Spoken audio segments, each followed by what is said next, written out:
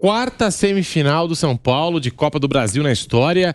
De 2012 para cá foram 3 semifinais, sendo que em 2013 o clube não participou da competição. Em 2012 o São Paulo caiu para o Coritiba na semifinal, venceu o jogo de ida por 1-0 no Morumbi e perdeu a volta no Couto Pereira por 2-0, isso lá em 2012, né?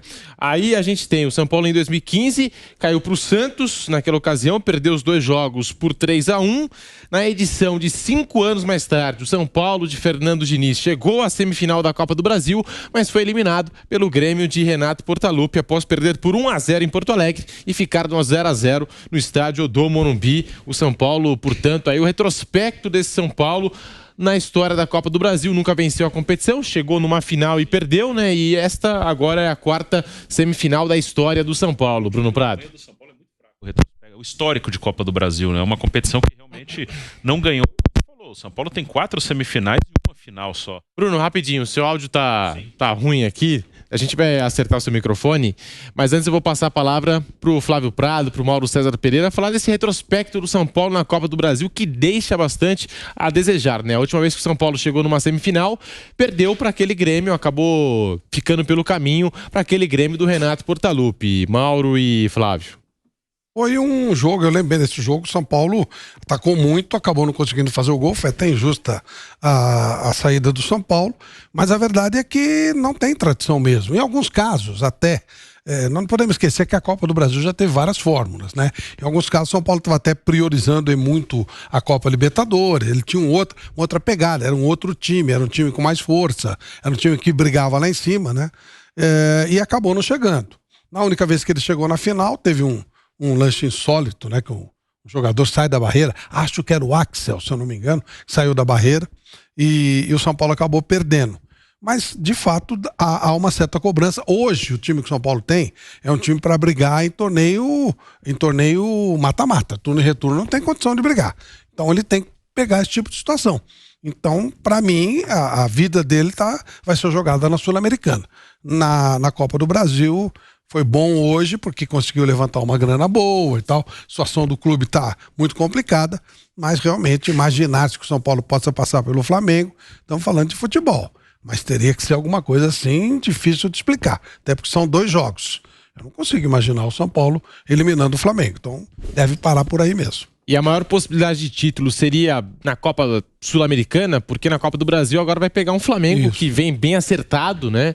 E ontem conseguiu a classificação merecida para cima do Atlético Paranaense com um golaço do Pedro. Já já a gente vai focar mais nesse confronto São Paulo e Flamengo, mas eu acho que a chance de título do São Paulo vem da Copa Sul-Americana. Você concorda, Mauro César? É só comparar os adversários, né? Atlético Goianiense, aí depois Melgar ou Del Valle.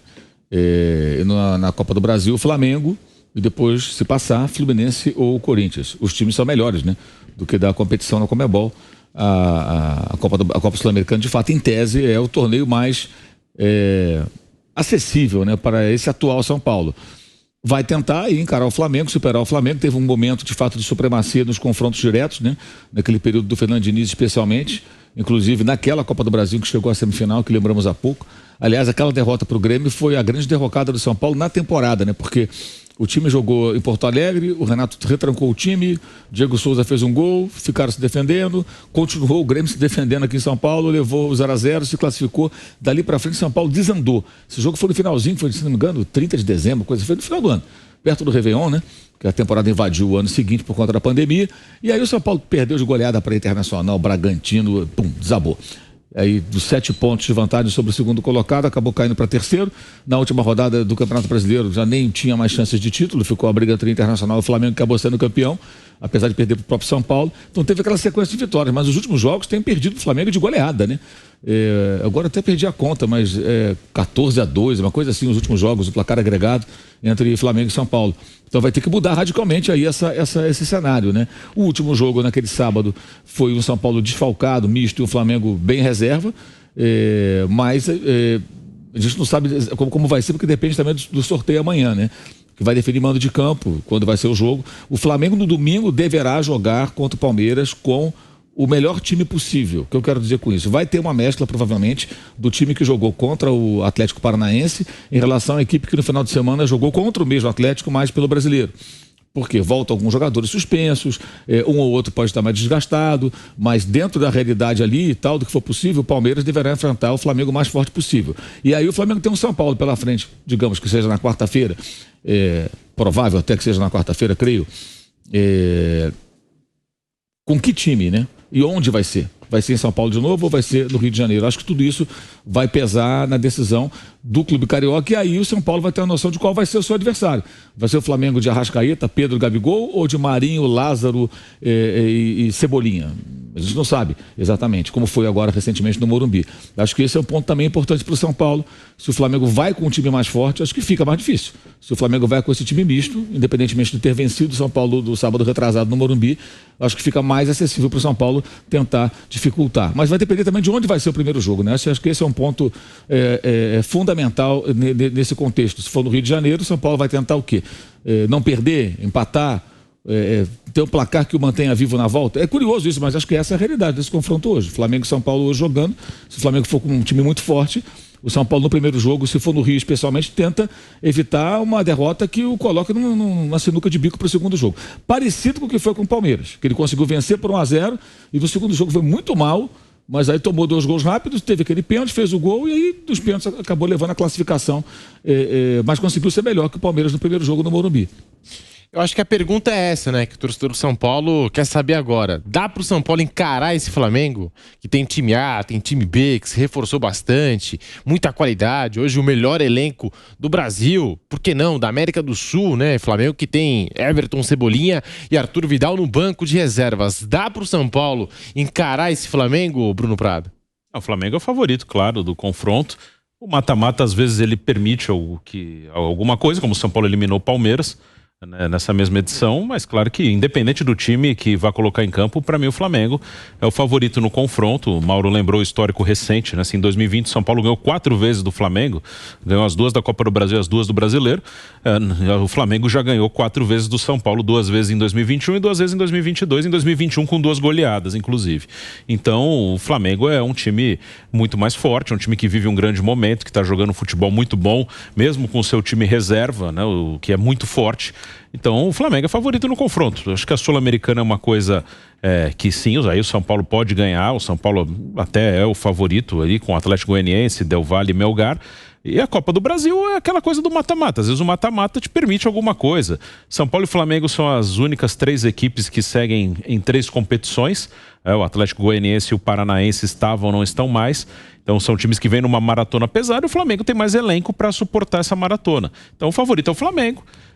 Mas por ser mata-mata, claro que há uma possibilidade. Nos pontos corridos, você sabe que o Flamengo vai acabar na frente do São Paulo. Como nos últimos anos está sempre na frente do São Paulo. No mata-mata, às vezes, você consegue dificultar. Um time que é inferior consegue dificultar. O Atlético Paranaense, o Flamengo dominou os 2 jogos, mas na soma desses 2, teve a goleada no Brasileiro, mas na Copa do Brasil foi 1-0, né? 0-0, 1-0. Então, às vezes, no mata-mata dificulta, mas claramente o Flamengo é o favorito no confronto. Concordo, Flamengo favorito, mas aí eu passo a pergunta aqui pro Flávio. O Flamengo é favorito contra o São Paulo ou é muito favorito contra o São Paulo, Flávio Muito Prado? favorito, muito. Fosse um jogo só, aí tem uma série de situações, um momento fortuito. Tudo pode acontecer, né? Não, mas em 2 jogos... Um jogo é mais simples, né? Agora o São Paulo teria que conseguir uma jornada extraordinária, fosse onde fosse o primeiro jogo, conseguir uma vitória... No Morumbi, faça 2-0. O Flamengo pode perfeitamente reverter esse resultado no Rio de Janeiro. Ele é bem melhor que o São Paulo. Então teria que acontecer alguma coisa extraordinária, que é muito pouco provável em 2 jogos. O Flamengo Aliás, eu acho que o Flamengo é bem favorito para ganhar a Copa do Brasil. O Flamengo, para mim, ele é melhor que o São Paulo. Eu acho bem melhor que o São Paulo, melhor que o Corinthians, e o Fluminense tem a história do Diniz, que tem alguma vantagem com relação ao Flamengo, mas se olha um time e olha outro, não dá pra comparar, né? Então, pra mim, o Flamengo, dos 4, é o grande favorito. Eu vou precisar fazer um break agora na Rádio Jovem Pan, tá? Rapidinho, a gente já volta com Canelada aqui na Jovem Pan, depois dessa noite de Copa do Brasil. São Paulo 2, América Mineiro 2 lá no Horto. Já voltamos com Canelada pra você que está no rádio. Bom, seguimos por aqui no canal do YouTube Jovem Pan Esportes. Achei interessante isso aqui, né, esse ponto que o Flávio tocou, porque o Flamengo é favorito contra o São Paulo, para mim muito favorito na Copa do Brasil, e na Libertadores também tem tudo para avançar contra o Vélez. E aí, do outro lado, terá Palmeiras ou Atlético Paranaense. O Palmeiras é o favorito da outra chave, né? A gente pode ter a reedição da última final, aí fica aquela coisa de revanche e tal. Mas impressionante.